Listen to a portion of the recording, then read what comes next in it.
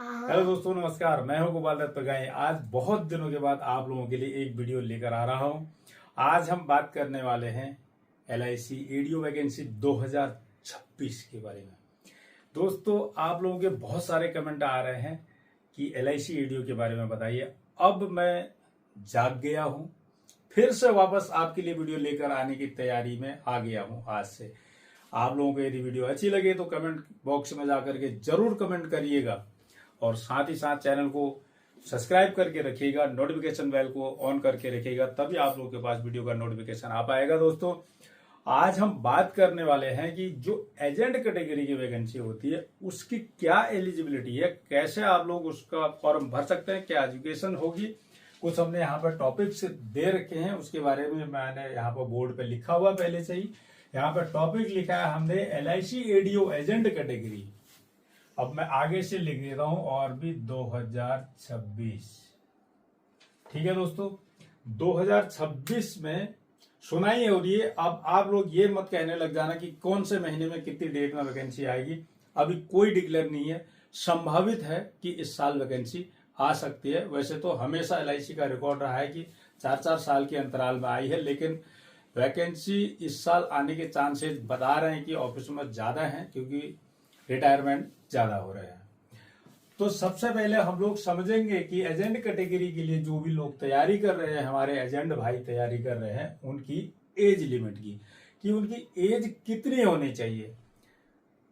अभी open market की हम बात ही नहीं करेंगे। यहाँ पर ओपन मार्केट का पूरा फंडा ही अलग है, उसके लिए मैं सेपरेट वीडियो बनाऊंगा। अभी हम बात कर रहे हैं कि एजेंट कैटेगरी के लिए उसकी जो एज लिमिट है up to 40 year in the general category.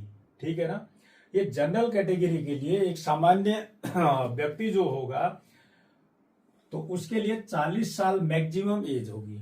40 साल तक वो एजेंट फॉर्म भर सकता है। वही 45 साल SC और SC कैटेगरी के लिए होगी 45 साल तक। ठीक है दोस्तों, अभी बात करते हैं कि आपकी एजुकेशन क्या होनी चाहिए इसमें।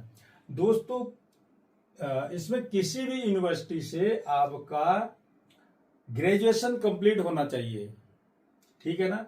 आप BA करें, BCom करें, MCom करें, कुछ भी करें, या BSc करें, वो सारी चीजें कैलकुलेट इसमें काउंट होंगी। तो आपका ग्रेजुएशन कंप्लीट होना चाहिए। एजुकेशन की बात कर चुके हैं, एज की बात कर चुके हैं। अभी बात करेंगे कि एजेंट को कितने साल काम करते हुए कंप्लीट होने चाहिए। यानी कि एजेंट कैटेगरी की भी 2 कैटेगरियां हैं, एक रूरल कैटेगरी और एक अर्बन कैटेगरी।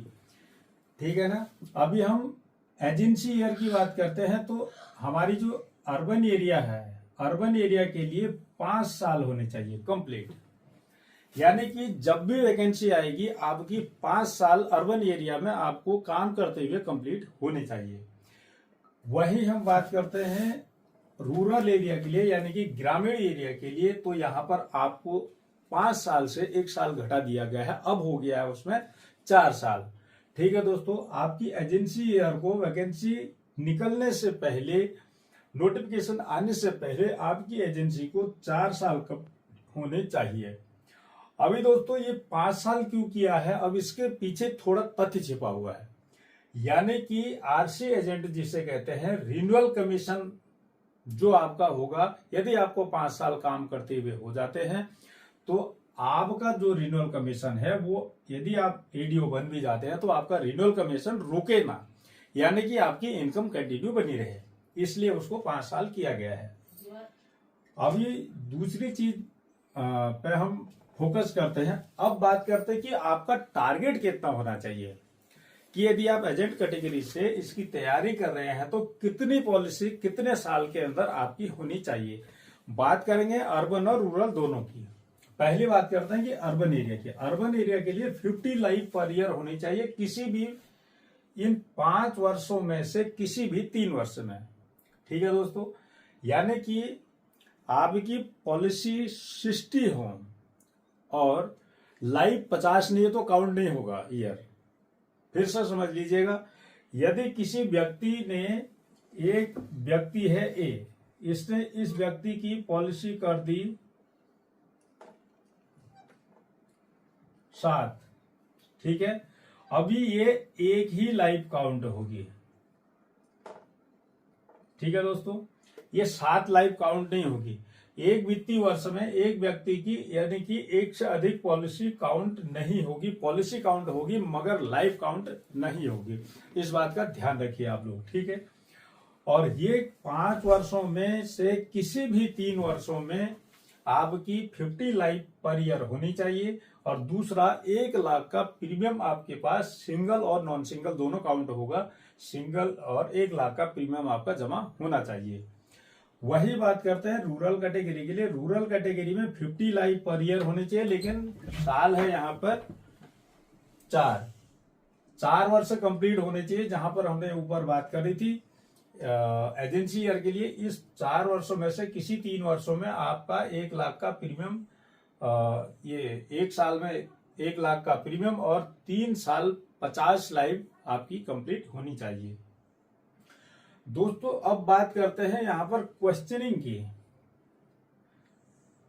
जो एजेंट कैटेगरी का जो पेपर होगा,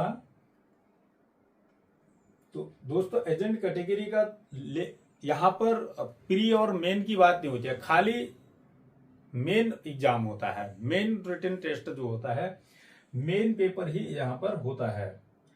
और उसके बाद इंटरव्यू सेक्शन होता है, ठीक है, लेवल होगा। और दोस्तों मैं एक चीज आप लोगों से कहना चाहूंगा कि आप लोगों को यदि अधिक जानकारी चाहिए, पेपर का लेवल क्या होगा, लैंग्वेजेस क्या होंगे, कितने एप्टीट्यूड होंगे, कितने इंग्लिश के होंगे, कितने रीजनिंग के होंगे, कितने इंश्योरेंस सेक्टर के होंगे, उसके लिए सेपरेट पेपर बनाऊंगा मैं, सेपरेट वीडियो बनाऊंगा। उसके लिए आप लोग कमेंट बॉक्स में जाकर के कमेंट करेंगे, ठीक है दोस्तों, तभी मैं आगे आप लोगों के लिए वीडियो बना पाऊंगा। इसमें इतना संभव नहीं हो पाता क्योंकि सारी चीजें एक वीडियो में संभव नहीं है, देखने में आप लोग भी इरिटेट हो जाएंगे। दोस्तों आज के लिए इतना ही। आप लोगों को कुछ जानकारी अच्छी लगी हो तो वीडियो को लाइक, शेयर और सब्सक्राइब जरूर करिएगा और अपने दोस्त एजेंट भाइयों को भी ज्यादा से ज्यादा भेजिएगा ताकि सबका भला हो। मोदी जी कहते हैं सबका साथ और सबका विकास। आज के लिए इतना ही। जय हिंद, जय भारत।